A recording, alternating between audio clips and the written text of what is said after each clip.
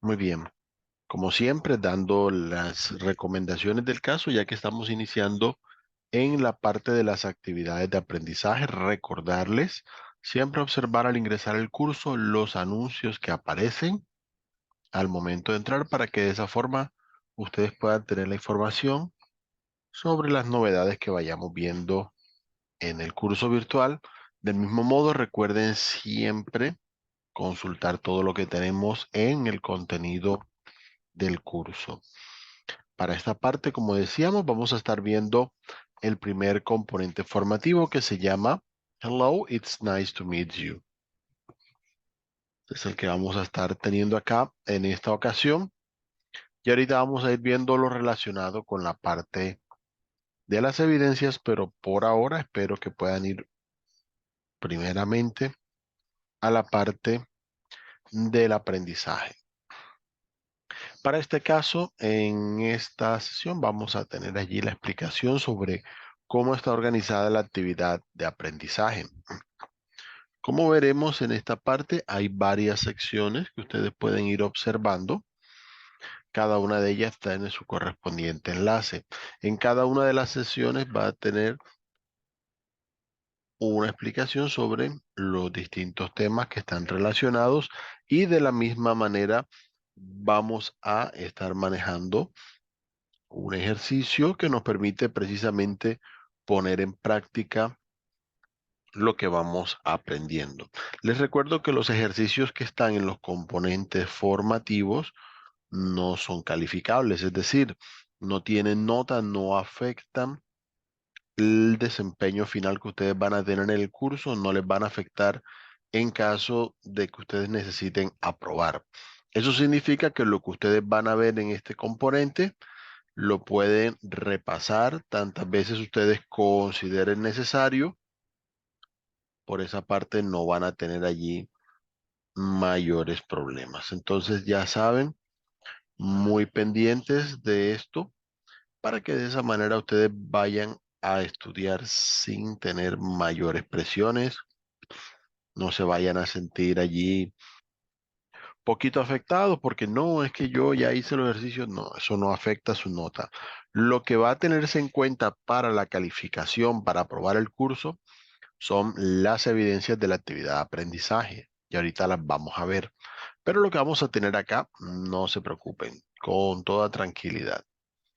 Muy bien, entonces vamos a pasar aquí a la introducción, que es la primera parte. Ya esta la verán ustedes cuando estén allí realizándolo.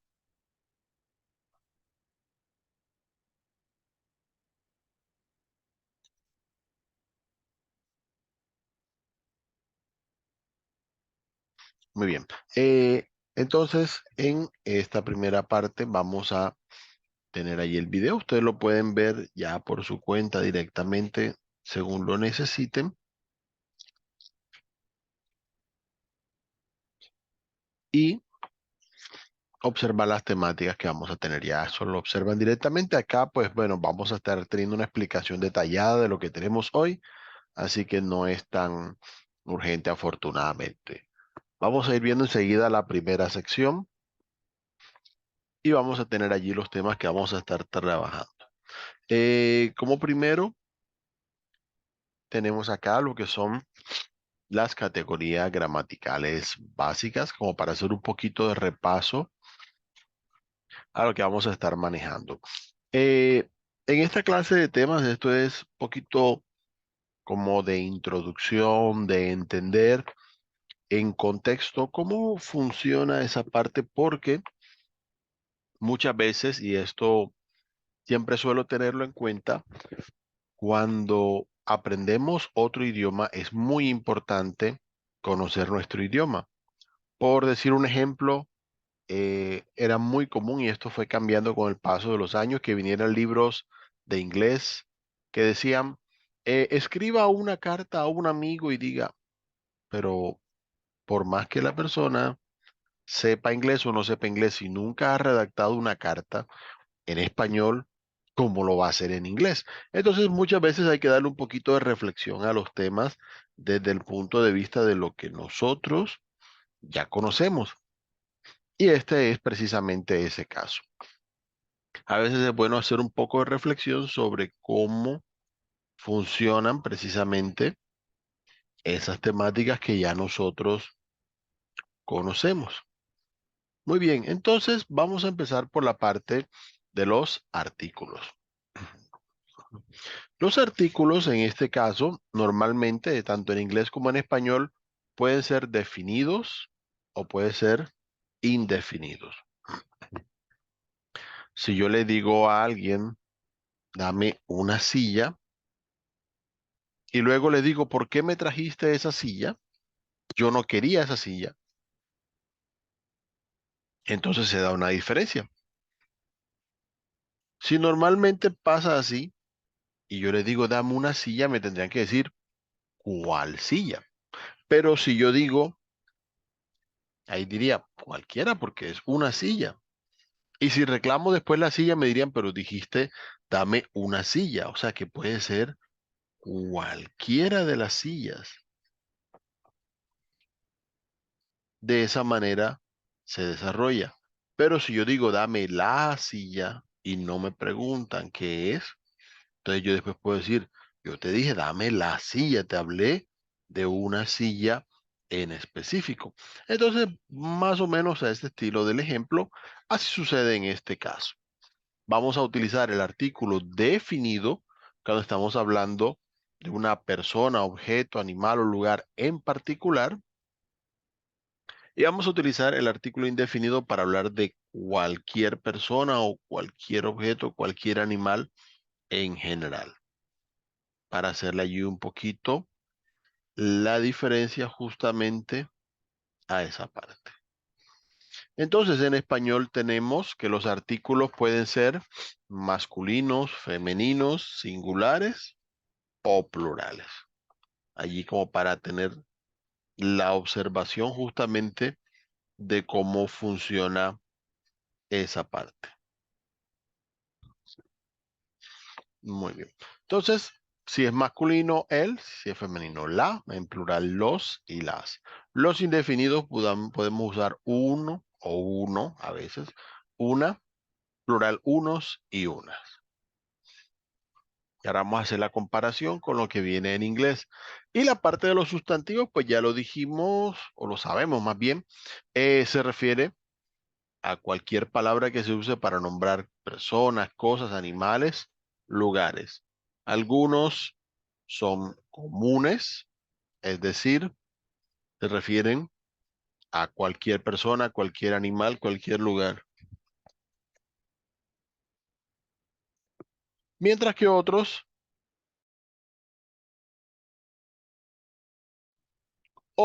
son propios, es decir, se refieren específicamente a una persona, un animal, un lugar. Como allí hacer un poquito la diferenciación en esa parte.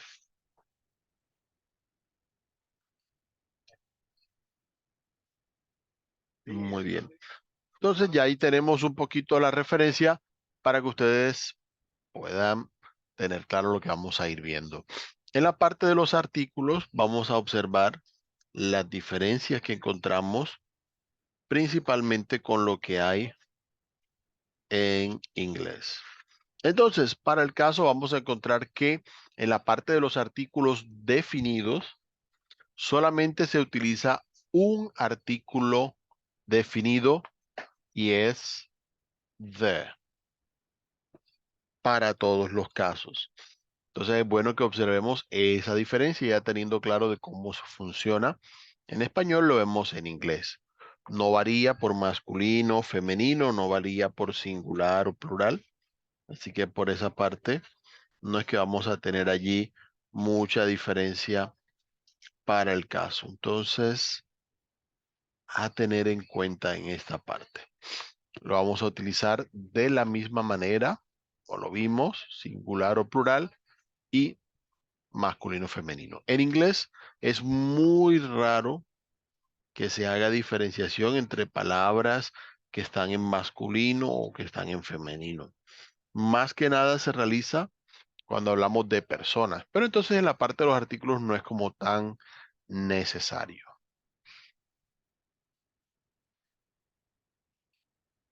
Miremos el ejemplo que aparece aquí.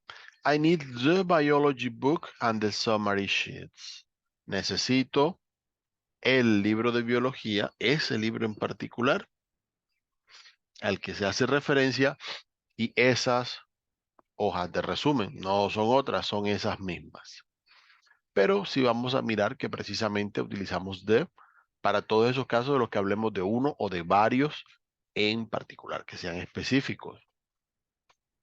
Mientras que en la parte de los artículos indefinidos, vamos a tener dos opciones que son a y am.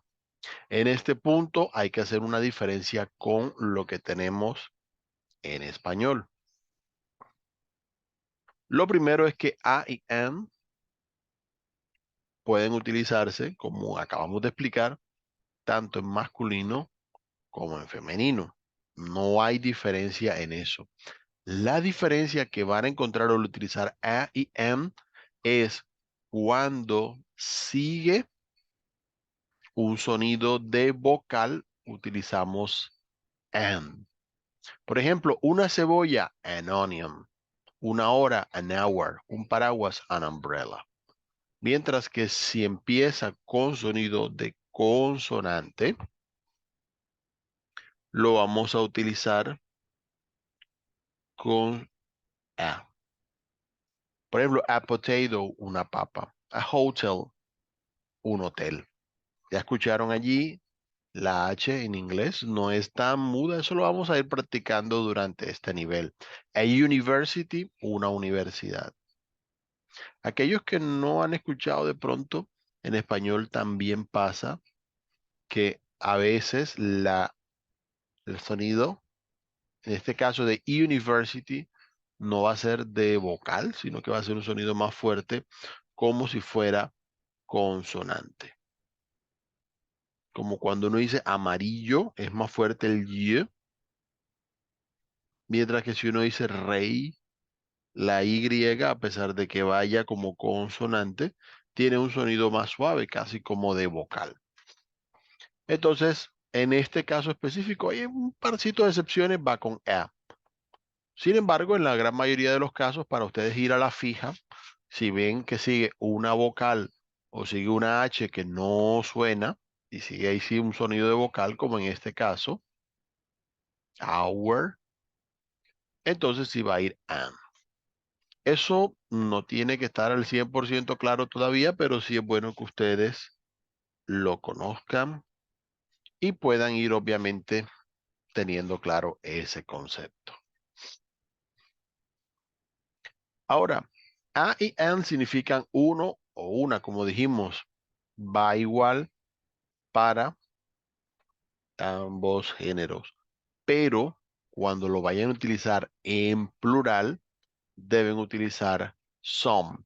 Some, digamos que se podría traducir como unos o unas, porque en realidad no existe como una palabra específicamente para eso. Some es más como algunos o varios, también lo pueden utilizar en ese sentido. Y es más común que lo vean precisamente siendo utilizado de esa forma. Entonces, para que estén pendientes. Entonces, para el caso puede ser la palabra que precisamente podamos tener como la traducción para unos o unas. Pero ya saben que en inglés se utiliza como una misma palabra para hablar de varias cosas que no sean demasiadas, sino que son una cantidad no exacta. Porque cuando uno dice, necesito unas hojas, no dice cuántas. Pero uno supone que no es un número demasiado grande, ya eso va en contexto. ¿Sí? Son cuestiones relativas. ¿Sí? A partir de qué momento, y eso lo pueden reflexionar también en español, utilizamos algunas y en que a partir de qué momento utilizamos muchas. Depende de las circunstancias. Muy bien. Entonces, como decíamos, vemos la parte de los sustantivos. Ya ustedes saben, los sustantivos hacen referencia a personas, cosas, animales, lugares. Podemos utilizarlos para hablar de actividades, ideas, características. No van a tener problema en esa parte.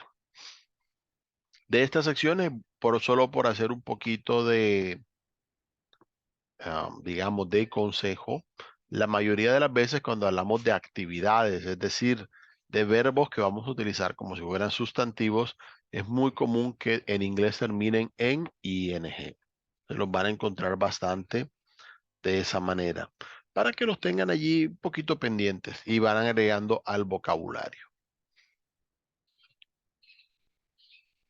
Ahora bien, cuando lo vayan a utilizar con los sustantivos, eso va a tener en cuenta. Ya saben que los sustantivos no van a tener diferenciación, como decíamos, entre masculino o femenino, a menos que sea en el caso de persona, que vaya a haber algunas palabras, algunas que hacen esa diferencia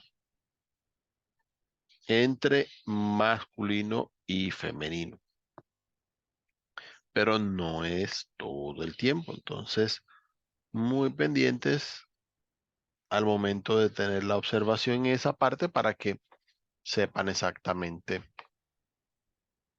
cómo lo van a utilizar. Muy bien. Vamos a ir viendo por acá.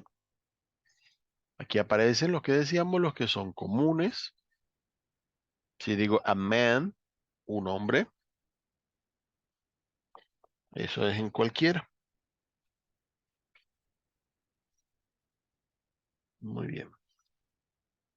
Mientras que si en ese caso decimos William, William es un nombre de hombre, hace la referencia allí directamente, pero no necesariamente vamos a tener, digamos, que hablar de cualquier hombre en general, sino que normalmente hace referencia a uno en específico, así como sucede en este caso. Y es de esa manera como lo vamos a observar más comúnmente.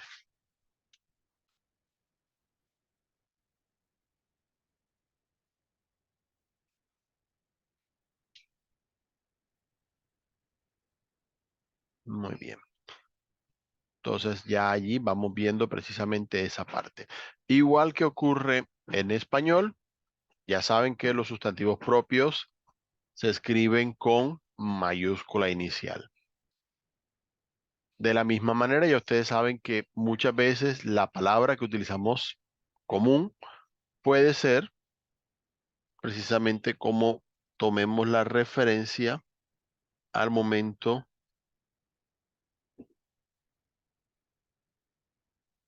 de nombrar a las personas. Yo puedo nombrarla por el nombre. Se llama William, pero puedo decir el doctor William o simplemente el doctor. Y de esa manera también estoy refiriéndome a la persona. Muy bien. Para esto, ya como hemos visto esa parte de conceptos, tenerlos allí pues bastante claros, vamos a encontrar algunos ejemplos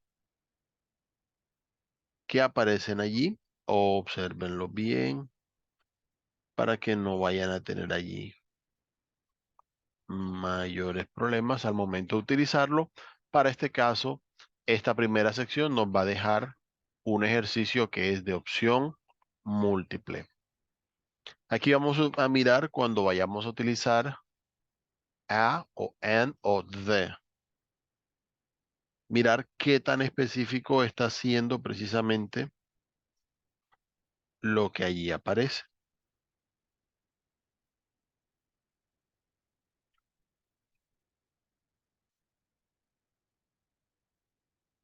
Muy bien.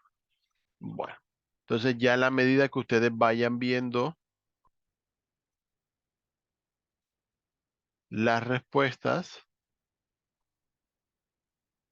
podrán ir respondiendo siempre a mirar allí. Ahí les queda un poquito de análisis a mirar precisamente qué tan específicas están siendo las respuestas en ese caso. Muy bien, vamos a retornar acá a donde estábamos y vamos a avanzar allí a la siguiente sección. Muy bien, ya vimos entonces lo que es la parte de la persona gramatical. Entonces vamos a mirar ahora, precisamente en detalle, como ya vimos los artículos, vimos los sustantivos, vamos a mirar ahora cómo hacemos para tenerle su correspondiente aplicación.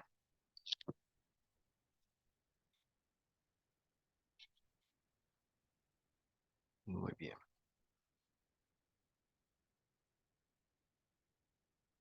Permítame un segundito.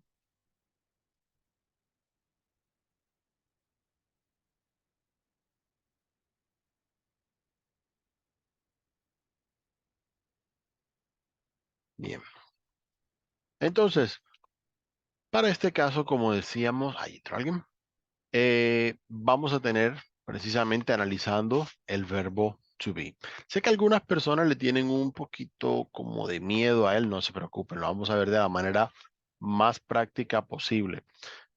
Por ahora recordemos lo que se habla de la persona gramatical. Para ponerlo en términos más simples, vamos a estar analizando lo que es el sujeto de la frase. Si yo digo, por ejemplo, yo estudio inglés, vamos a tener tres elementos que sé que todos hemos visto en algún momento, nos lo han explicado, y es que las frases en español llevan sujeto, verbo y predicado. Yo digo, yo soy el sujeto, estudio, o sea, es el verbo estudiar.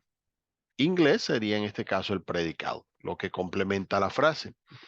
En inglés vamos a encontrar que las frases se organizan de esa misma manera, pero a diferencia del español, no se hacen excepciones. Entonces tenemos que ser más estrictos con esto y a veces la dificultad no va tanto en lo que hay en inglés como lo que hay en español. Profe, es que en español todas las frases son sujeto, verbo y predicado.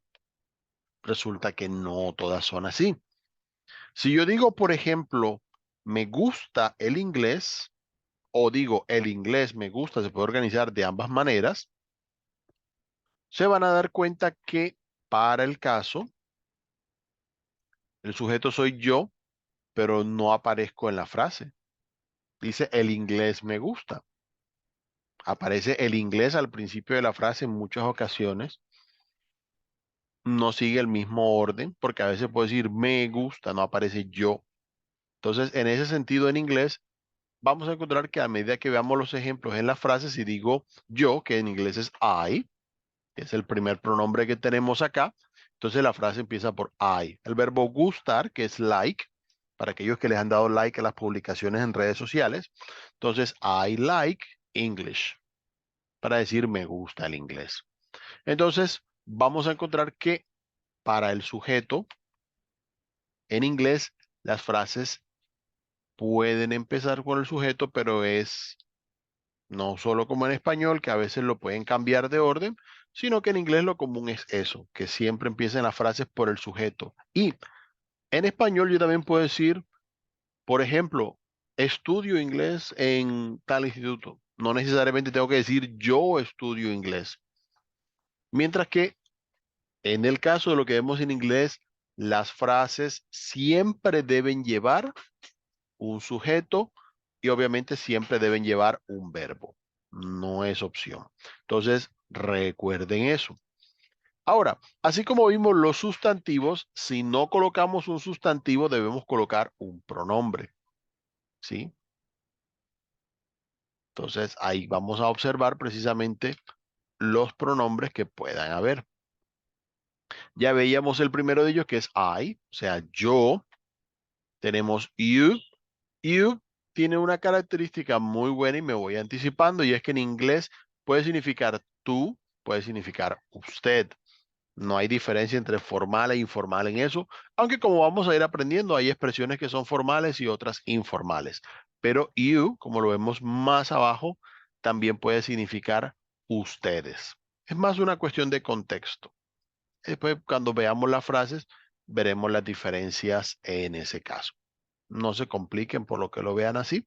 Simplemente se utiliza para ambas ocasiones, singular o plural, de la misma manera.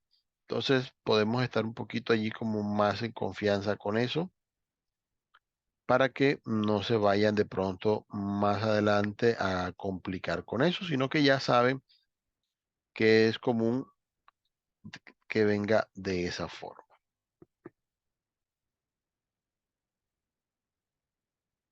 En el caso de lo que es la tercera persona, no lo vamos a encontrar así como se ve acá. Vamos a encontrar que hay tres formas que podemos tener en cuenta al momento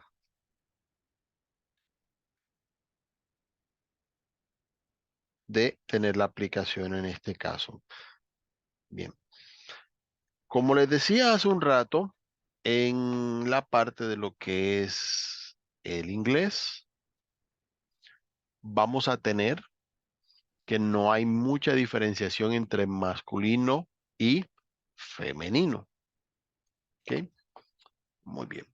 Entonces, para precisamente ir viendo esa parte, vamos a encontrar que en la tercera persona hay tres formas.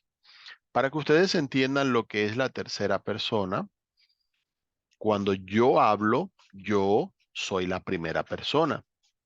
Usted que me escucha es la segunda persona y cuando hablo de alguien o de algo que no está en la conversación, esa es una tercera persona.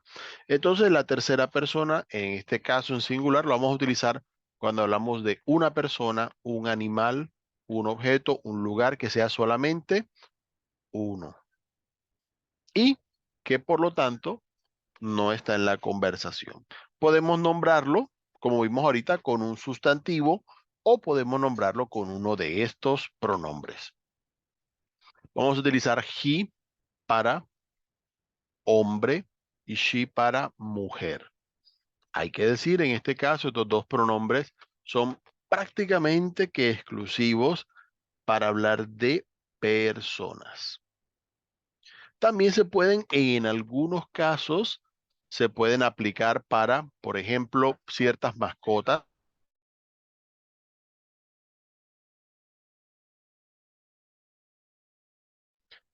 En algunos casos se puede utilizar así, o si se quiere un poquito más específico, se puede utilizar para hacer referencia, digamos, algunos lo utilizan para, bueno, para barcos o para hablar del mar, cuestiones un poquito más poéticas.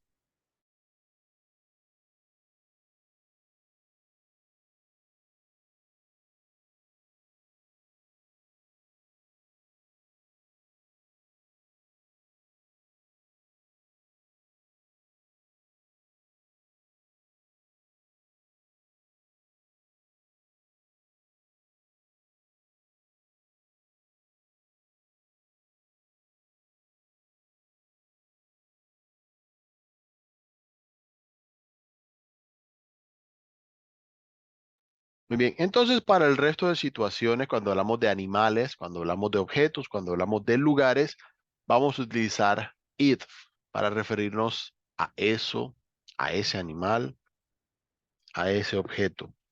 Se va a utilizar de esa forma. Ya es una cuestión, digamos, de contexto, recordar esa parte. El it es un poquito diferente a lo que vemos en español, porque en español las cosas y los animales y los lugares o son masculinos o son femeninos. En inglés simplemente no tienen un género en particular, porque si decimos una silla, la silla, ¿qué hace que la silla sea femenina o que no lo sea? Es simplemente una cuestión de costumbre. Entonces, de esa manera se debe analizar en este caso al momento de utilizarlo. Obviamente, haciendo la respectiva diferenciación para estas circunstancias. En otros idiomas, la silla es masculino, por ejemplo, como en alemán, por poner un ejemplo, que es masculino. ¿Qué hace que sea masculino? ¿Qué hace que sea femenino? Difícil de decir. Mientras que en inglés simplemente es algo neutro. En plural veíamos we para nosotros o nosotras. Ahí sí es bueno colocar como aquí la palabrita, estar pendiente. Y they para ellos y ellas. Aparte del you, que ya lo vimos, que significa vosotros o vosotras, ustedes, como decimos acá en América Latina, también para plural. Ya ustedes seguirán algunos ejemplos por si acaso. Recuerden, cada vez que vean este icono, significa que esta frase tiene audio. Ustedes la pueden escuchar para que tengan pendiente la referencia al momento de oírla y también para practicarla. Así que para que no vayan a estar de pronto allí como demasiado perdidos en esa parte. Muy bien. De aquí una recomendación muy importante, la palabra I, cuando hablo de yo, va siempre en mayúscula, no importa si no va al principio de la frase, sino en la mitad. Eso es una característica que tiene esa palabra en particular en inglés. Así que mucho ojo con eso. Ya que las recomendaciones ya las había dado para you, significa usted, ustedes, tanto singular como plural, pero es bueno que ustedes lean los ejemplos. Pueden utilizar it, como decíamos, para objetos, para cosas, y también se va a utilizar it para situaciones en las que en español no hay sujeto. Si yo digo son las 9, eso no tiene ningún sujeto. Entonces, it is 9 o'clock. Pero ya eso lo veremos más adelante con más calma. They se utiliza para hablar en plural, tanto definido como indefinido. Entonces, podemos tenerlo en cuenta para esos casos porque they funciona para personas, animales, lugares, para todo. Recordar que como decíamos, entonces todas las frases deben tener un sujeto y asimismo el verbo. Ya dentro del curso iremos viendo el funcionamiento de los verbos en inglés. Si algo hemos notado, aquellos que han tenido la oportunidad de pronto en su momento de observar algunas clases en inglés en el colegio, por ejemplo, hemos visto que siempre se le da como un espacio aparte al verbo to be. En algunos casos, lamentablemente, le dan todo el tiempo al verbo to be. ¿A qué se debe esto? Es bueno tener muy clara la idea en esa parte. En inglés, todos los verbos funcionan de la misma forma. Solo hay algunas excepciones que son los verbos auxiliares y modales, que son unos cuanticos, y tienen su uso muy específico. Y el otro verbo que también hace como un poco de excepción a cómo funcionan todos los verbos es el verbo to be. Por eso nos lo explican aparte. Muy bien, el to be entonces traduce como en español el ser y el estar.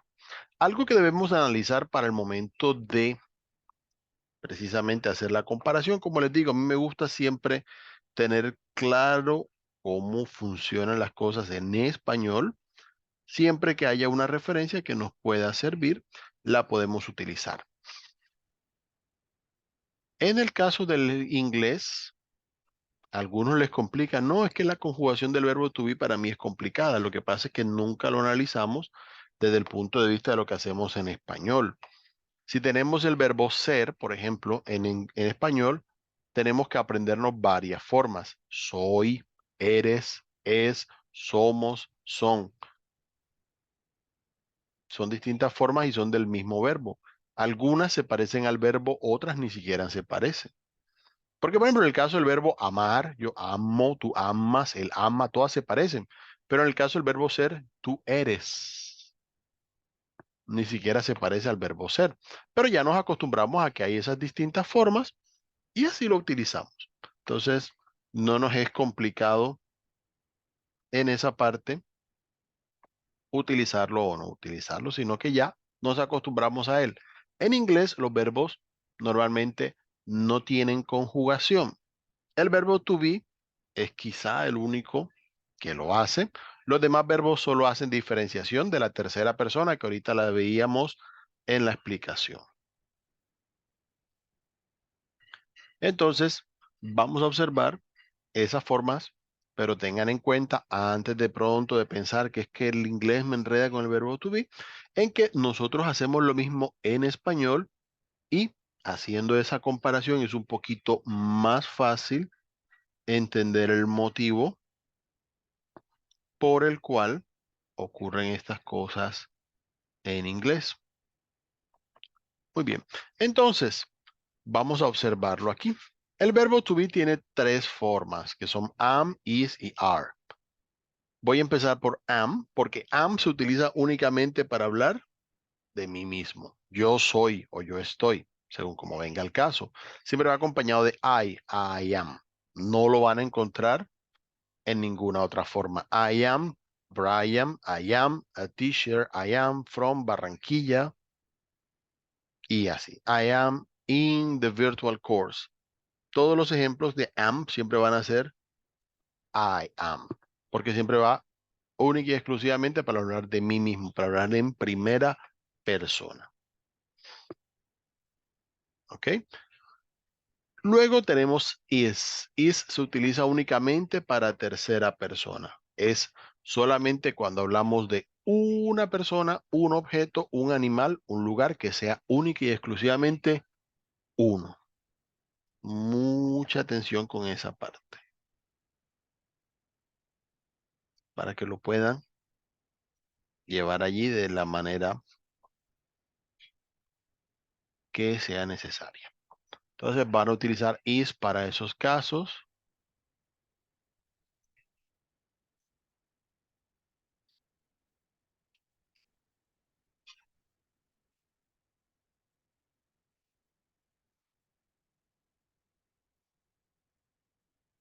Bien.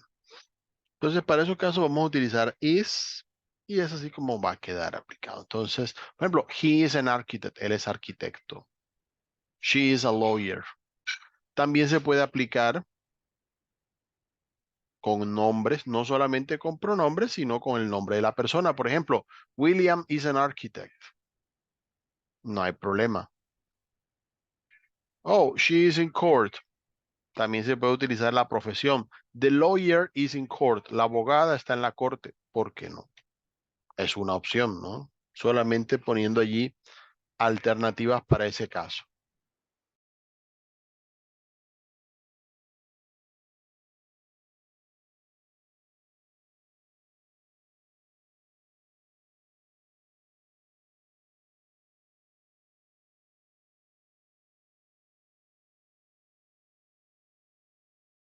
Entonces, ya cuando pasamos a los demás casos, vamos a utilizar are. Es lo más común.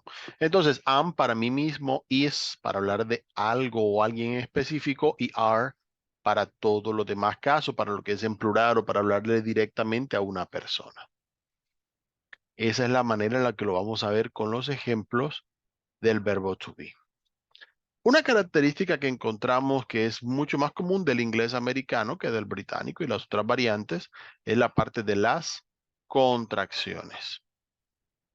Para este caso vamos a tener allí como referencia, esto ya ustedes lo irán mirando con más calma, pero básicamente vamos a tener la posibilidad de utilizar para eh, estos casos los verbos, como el verbo to be, de una manera más corta. No solamente en inglés ocurre, en español también se hace, solo que en español es como mal visto las contracciones. Pero, por ejemplo, nosotros los colombianos en muchas regiones no decimos para qué, sino que decimos pa' qué.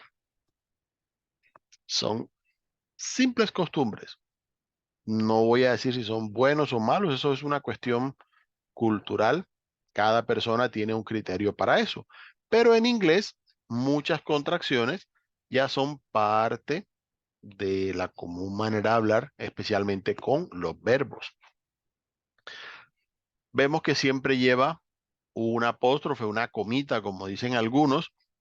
La manera de recordar siempre dónde va es pensando en cuál letra no suena. Si yo digo I am, pero acá digo I'm, significa que la A no se pronuncia. Entonces en el lugar donde va la A va a ir simplemente el apóstrofe indicando que ahí había una letra pero que no se pronuncia. Yo puedo decir entonces I am the teacher o puedo decir I'm the teacher. Por esa parte no va a haber problema. Lo mismo, you are, puede decir you're, he is, his, she is, she's, it is, it's, we are, we're, they are, they're. Obviamente, a medida que lo escuchen en el video, será más fácil que ustedes lo puedan practicar, tengan una referencia en su mente acerca de cómo suena, pero básicamente es eso. Ahí queda una letrica menos a utilizar. Entonces, como se pronuncia una letra menos, pues simplemente el apóstrofe reemplaza esa letra. Perfecto. Ya como decíamos en su momento, podemos utilizar el nombre, sea un sustantivo propio o común, en lugar de un pronombre para reemplazar en la frase. Obviamente, si ya ustedes están dando el nombre o un sustantivo para nombrar a la persona, objeto del que están hablando, ya no hace falta que la frase tenga un pronombre. No voy a decir Gloria, she is an engineer. No, Gloria is an engineer. Porque ya tengo aquí el nombre, ya dije de quién hablo. Los pronombres se usan solamente cuando no decimos de quién se está hablando. Entonces, para que lo pongan allí en consideración en ese caso.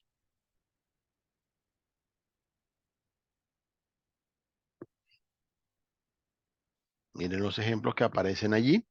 En los dos de arriba vemos que se utiliza el pronombre I'm ready, you're tall. No se nombra, no se dice de quién se habla, pero sí se dice hablo de mí y en la otra hablo de ti. Mientras que abajo los ejemplos son con sustantivos. Oh, Sandra is a doctor. No tengo que decir she Sandra is a doctor ni nada por el estilo.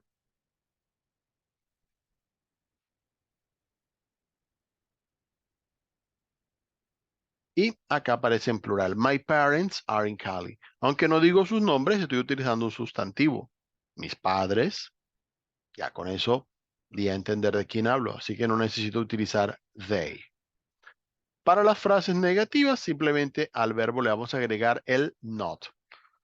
Recuerden que esta explicación que estamos viendo es específica del verbo to be.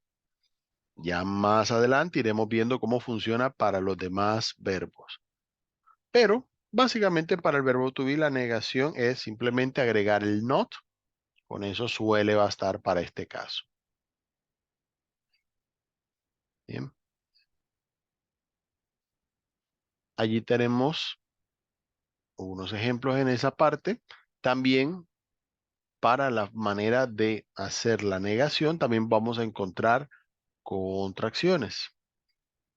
Si, por ejemplo, encontramos are not, vamos a encontrar aren't, que simplemente la O no suena. La reemplazamos por un apóstrofe y en is not, isn't.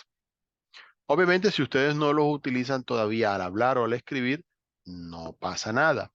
Es importante que ustedes empiecen conociendo cuáles son esas características que hay en inglés, esas palabras, las van identificando y ya después es que ustedes las van a utilizar. Recuerden que estos primeros niveles que ustedes van a ver están más enfocados en que ustedes comprendan a que ustedes vayan a producir. ¿Por qué? Porque no podemos hablar o escribir de lo que no tenemos referenciado bien en nuestras mentes. Es mucho más complicado. Pero sí es bueno que ustedes vayan identificando todas esas formas, ya saben a qué se refieren y ya después se van animando a irlas utilizando. En el caso del verbo to be, como dijimos, como es un verbo muy particular, no lleva auxiliares, que en inglés para la mayoría de verbos los casos siempre se utilizan con alguna palabra que indica todas las características que tiene el verbo.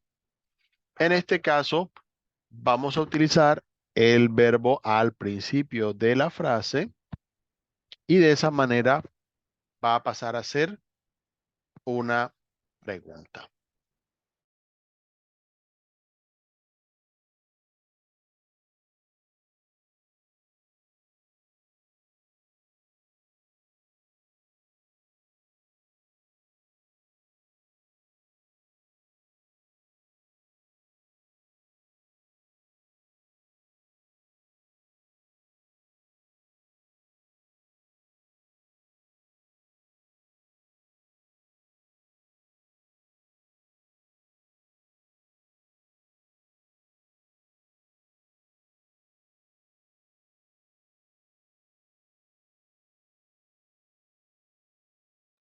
Muy bien, entonces, en estos casos, por ejemplo, empezamos por am, por is, por are. Cuando ustedes ven que las frases empiezan por is o por are, que ustedes las escuchen o las lean, inmediatamente ustedes van a saber que están frente a una pregunta. Obviamente debe ir luego el pronombre o el sustantivo que vaya indicando de quién estoy hablando, pero básicamente de esa manera identificamos la pregunta. Tenemos acá un ejercicio que podemos utilizar, una actividad didáctica para ese caso en particular. Vamos a esperar allí que cargue un momentico. Esta se llama escuchar y completar frases. Para este caso vamos a tener un audio, vamos a presionar allí en el botoncito, escuchamos la frase y agregamos la palabra que falta. Algunas sé que por contexto las pueden identificar, claro que sí. En otras es necesario hacer un poquito más de esfuerzo y escuchar. En eso consiste, ¿no?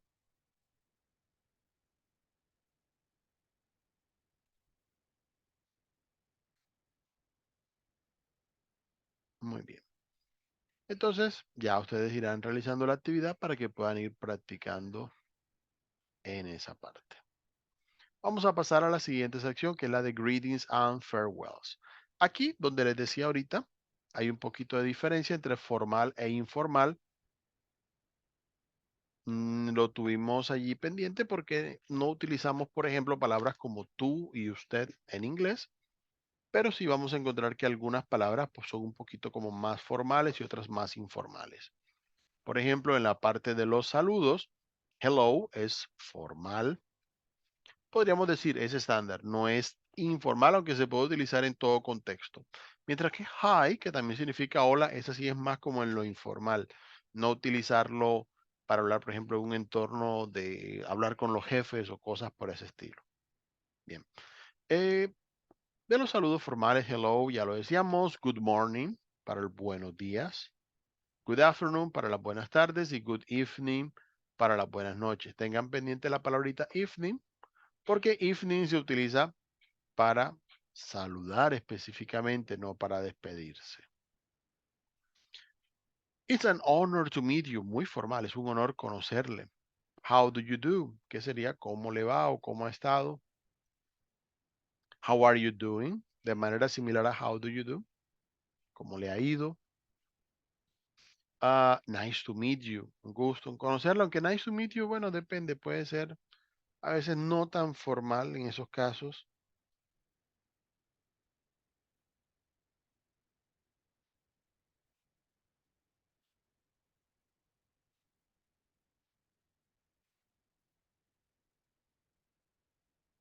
Muy bien. Nice to meet you. Un gusto en conocerle, decíamos. Ahí pasó. It's nice to meet you es otra opción. En este caso, este tipo de expresiones pueden variar un poquito en eso, pero son similares en significado. What are you doing? ¿Qué hace? ¿Qué está haciendo? A veces no hay que preguntar a la persona literalmente qué hace, sino como manera de saludo. Good to see you. Qué bueno verle. Y how are you? Que es estándar. No tan formal, pero no es precisamente informal. Para preguntar cómo está o cómo estás. En la parte de los informales ya decíamos hi, que es hola, howdy, ese es más como de los sureños en Estados Unidos, una manera como de saludar, ¿qué hubo? Podríamos decir, what's up, de ahí viene el nombre de la aplicación, qué pasa, qué hay de nuevo, qué ha habido, para que la persona le diga a uno algo nuevo en ese caso. What's going on, como, ¿qué sucede? ¿Qué pasa? ¿Qué hay? También de esa misma manera. How are you? Como les dije, tanto formal como informal, ahí la tenemos. What's new? ¿Qué hay de nuevo? Aunque, por si acaso, para aquellos que lo escuchen, en el caso de Bugs Bunny, que lo conocemos como el que hay de nuevo, en inglés es más común que diga What's up. What's up, Doc? ¿Qué hay de nuevo, viejo? Cosas de las traducciones. Long time no see. Hey, mucho tiempo sin verte. How's life? ¿Cómo está la vida? ¿Cómo va la vida? ¿Qué hay de tu vida?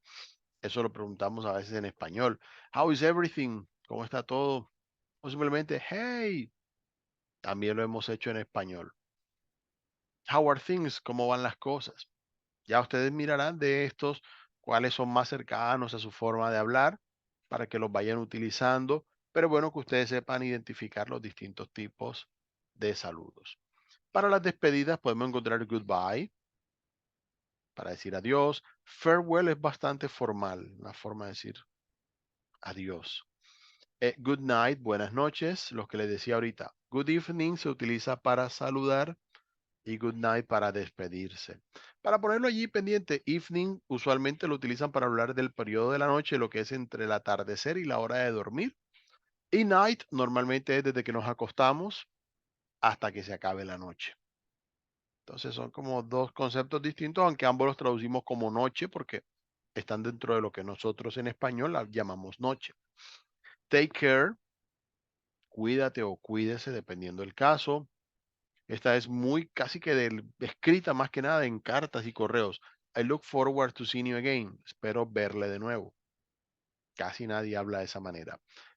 Was nice to see you. Fue bueno verle. Fue un gusto verle. Ahí está, con it también. Have a good day, que tenga un buen día. O have a good night, que tenga buena noche, también es posible. O have a great day. No solo un buen día, sino un excelente día, un gran día. Ahí está la opción. Para las despedidas, bye, para decir chao. See ya, para decir nos vemos.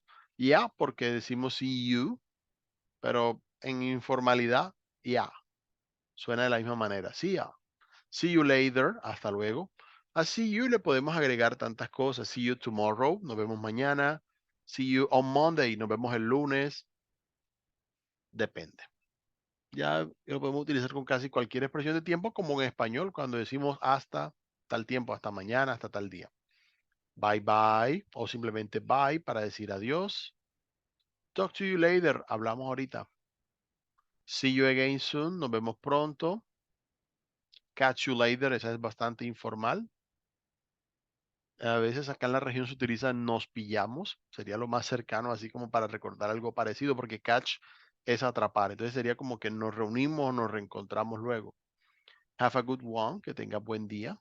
Es una manera informal allí de responder. Oh, I'm heading off o I'm off. Me voy. Me largo. Depende. No es como tan formal. I gotta go. Me tengo que ir. Así como por poner otra expresión en este caso. Entonces, bien, lo que decía, evening suele ser más para saludo porque aplica normalmente al principio de la noche, mientras que night suele utilizarse al final. Así que normalmente diremos good evening para saludar al llegar, que sea ya de noche, y night al despedirse, ya para más tarde en la noche.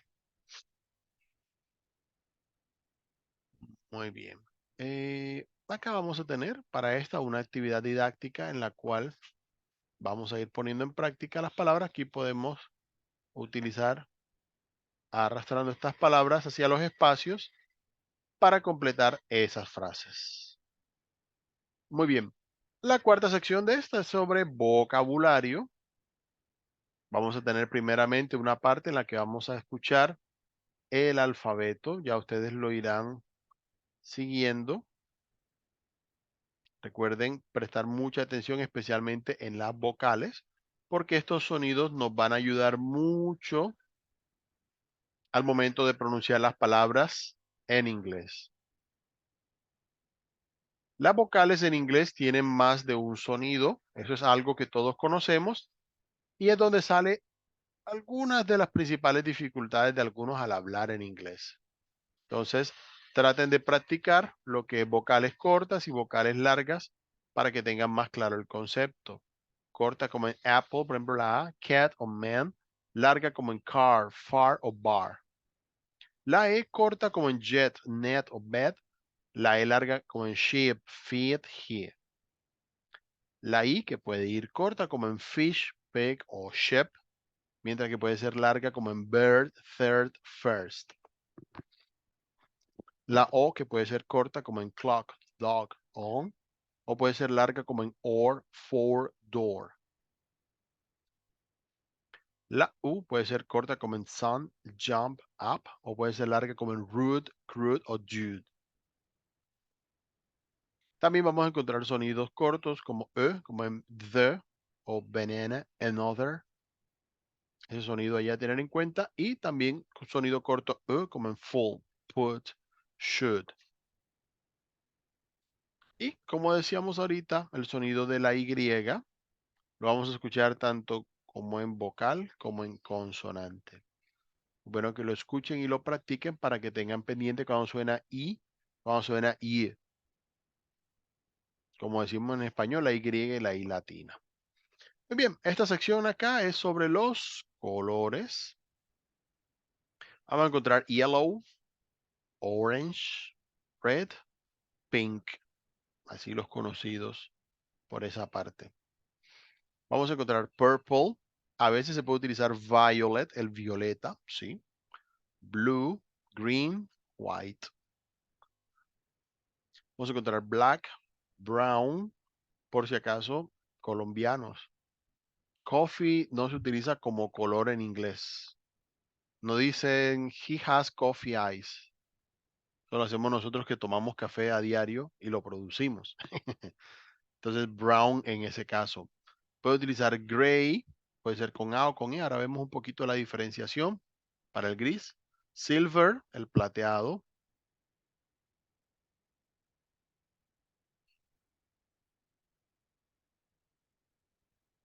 Muy bien. Ahí como por poner algunos ejemplos. Gray con A se utiliza más en inglés americano. Gray con E es más en inglés británico.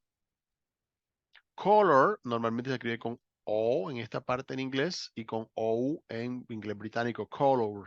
Pero suenan prácticamente igual, así que no se preocupen por la parte de la pronunciación. Ya ustedes mirarán de acuerdo a sus objetivos a cuál se aproximan. La siguiente sección va con los números. Vamos a ir practicando. Por ahora, para como ustedes lo van a escuchar ya en calma, algunas generalidades. Es bueno que practiquen los números del 1 al 10 porque son los que más comúnmente se usan. En inglés, al dar números de teléfono, direcciones, códigos, lo más común es que den los números uno por uno. ¿Ok? Así que practíquenlo de esa manera. El zero, cuando lo dan los números de teléfono, normalmente dicen O. 310, no dicen 310, sino 310. A veces para diferenciar si dicen zero, pero es común que en la informalidad, como estamos dando un número de teléfono, se diga 310 para decir 310. Entonces, pendiente a utilizarlo de esa manera, porque normalmente para decir números como el número de la calle o autopista o demás, también se utilizan de uno en uno. Esto lo facilita mucho la pronunciación y también practican allí la parte de cómo utilizar los números pues en contexto.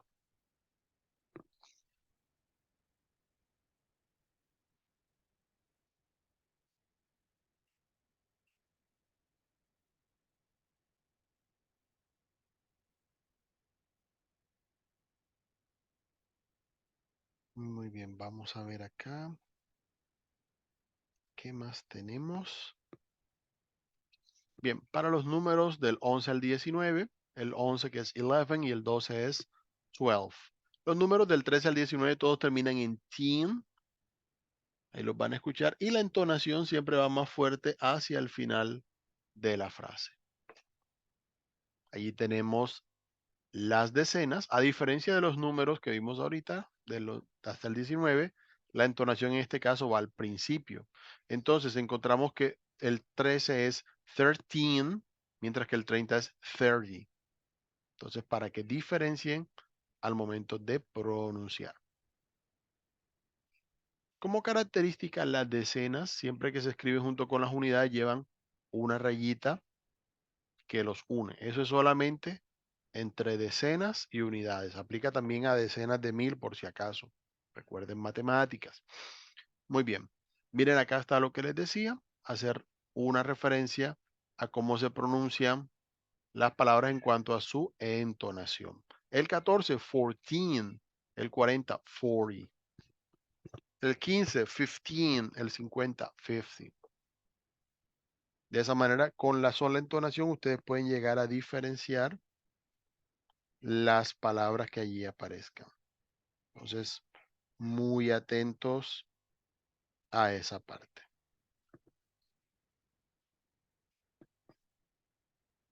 Bien. En las centenas van a utilizar el número y simplemente 100. En español que hay que estar pendiente que si es 200, 300, 400, pero no puedo decir 500. En inglés sí, para todas las centenas 100. Y allí van a tener algunos ejemplos en esa parte. Y ya después practicaremos numeritos más grandes. Muy bien. Entonces, aquí van a tener un ejercicio donde van a poder deletrear colores y números. Muy bien.